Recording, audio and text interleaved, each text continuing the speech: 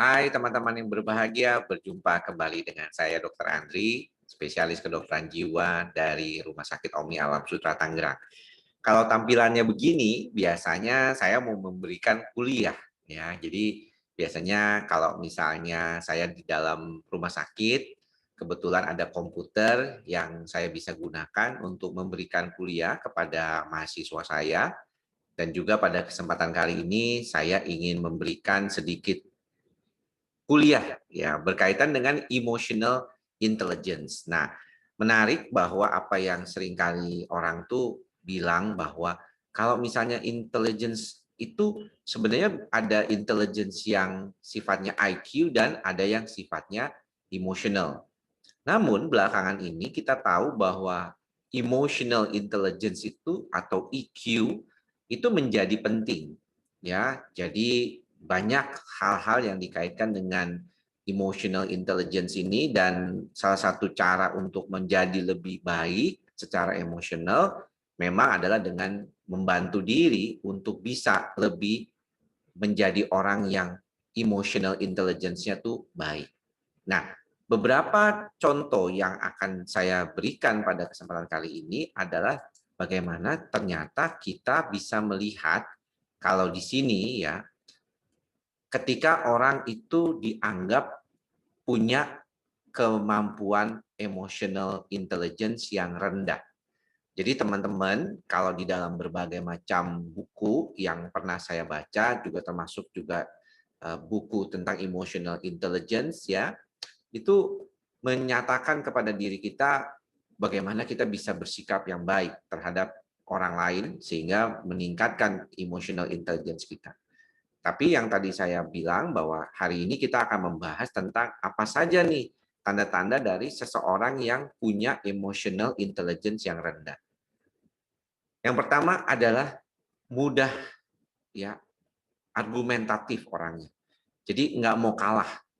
Kalau misalnya di dalam media sosial, apalagi saat ini, suka ribut gitu. Di Twitter, di Facebook grup, di Facebook gitu ya, balas-balasan komen. Pokoknya nggak mau kalah. Orang-orang yang seperti ini kadang-kadang mungkin kita melihat bahwa dia memang mempunyai emotional intelligence yang lebih rendah. Mengapa saya katakan begitu? Sebenarnya juga pengaruhnya pada bagaimana sikap kita ketika berhadapan dengan orang-orang yang secara umum tuh punya kemampuan emosional juga yang rendah. Jadi saling saling nggak bisa berhenti gitu ya, kayak debat kusir gitu. Nggak ada yang benar-benar bisa membantu dirinya dengan baik gitu akhirnya. Dan ini tentunya tidak kita sarankan karena kedepannya malah akan jadi lebih buruk ya buat orang tersebut. Akhirnya nantinya makin lama bukannya mendapatkan titik terang, tetapi malah asik sendiri dengan pikirannya yang nggak mau kalah itu, terus ketemu sama orang yang nggak mau kalah juga, ya udah deh nggak jadi benar deh. Akhirnya malas debat kusir. Kita lihat juga kadang-kadang pada situasi saat ini banyaknya hoax ya, orang merasa paling mampu ya. Saya membaca satu buku judulnya The Death of Expertise di mana orang tuh nggak mau kalah karena merasa pinter ya, dia bisa melihat ke Google, mereka bisa mencari dari sumber-sumber gitu ya. Padahal sebagai seorang dokter pun ketika saya membaca jurnal di dalam suatu penelitian, saya itu nggak bisa serta-merta menggunakan jurnal tersebut sebagai acuan satu-satunya untuk bertemu dengan pasien ketika saya memberikan pengobatan. Perlu suasana yang baik ya untuk memahami situasi tersebut, kemudian perlu kebijakan dan kebajikan klinis ya kalau kata salah satu senior saya, bahwa ketika kita melihat pasien ini kita nggak bisa plek seperti kita melihat di dalam textbook.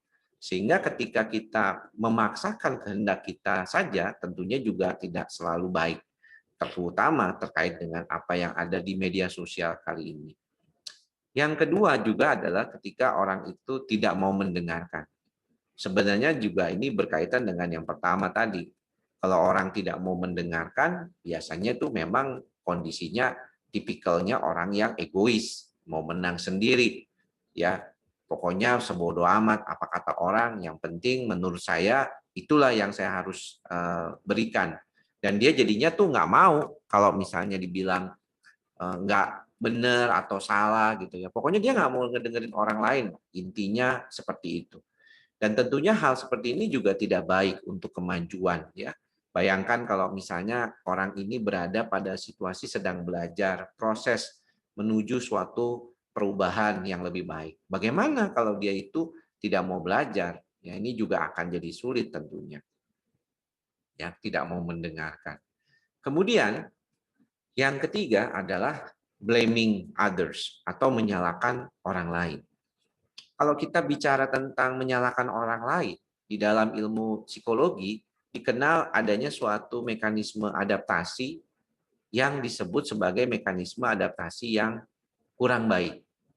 Nah, mekanisme adaptasi yang kurang baik ini itu namanya mekanisme adaptasi yang sifatnya proyeksi atau menyalahkan orang lain atas apa yang terjadi pada dirinya yang tentunya tidak baik. Biasanya tuh kalau kita melihat sesuatu ya, ada beberapa orang tuh yang merasa kalau misalnya dia itu nggak benar gitu, dia itu nggak oke lah. Terus kemudian dia menyalahkan orang lain, mengatakan bahwa lu sih begini, gara-gara lu sih gue jadi begini gitu ya. Padahal di dalam suatu hukum yang disebut sebagai hukum yang saling bergantungan, itu tidak ada itu. Sesuatu peristiwa itu berdiri sendiri karena salah satu orang lain yang menyebabkannya.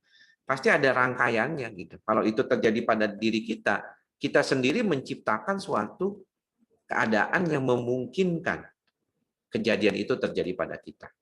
Ya, kalau misalnya anggaplah yang paling sering jadi ungkapan sehari-hari ketika orang itu misalnya apa ya, memperlakukan hal yang kurang baik kepada kita gitu ya, di jalan sepi malam-malam gitu ya. Kan kita juga ikut mendukung dengan cara apa? Dengan cara kita kenapa jalannya malam-malam gitu. Jadi ada sebab. Kita nggak bisa bilang kamu sih ngerampok saya malam-malam gitu.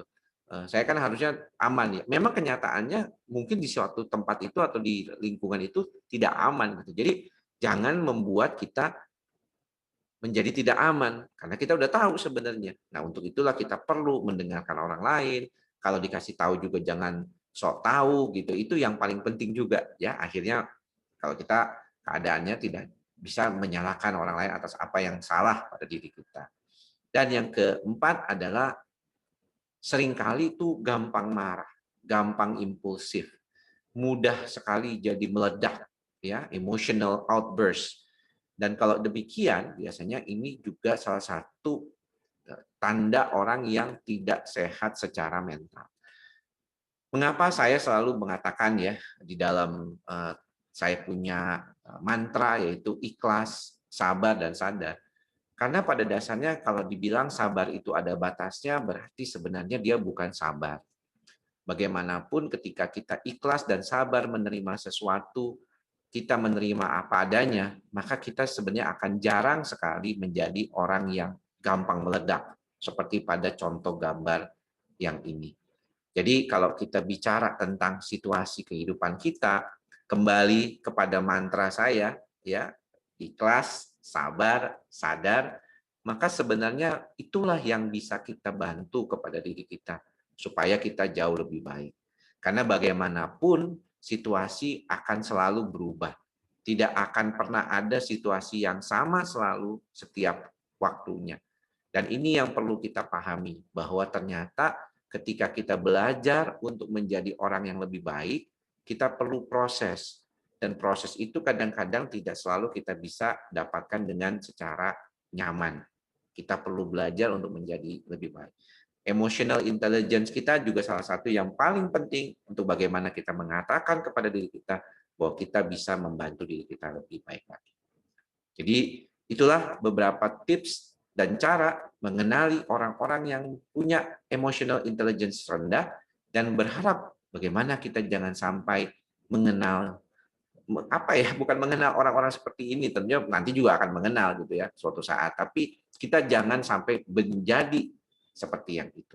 Ya, teman-teman ya, mudah-mudahan memahami apa yang saya sampaikan pada hari ini dan mudah-mudahan bermanfaat buat teman-teman sekalian. Sampai bertemu lagi di lain kesempatan. Salam sehat jiwa. Bye-bye.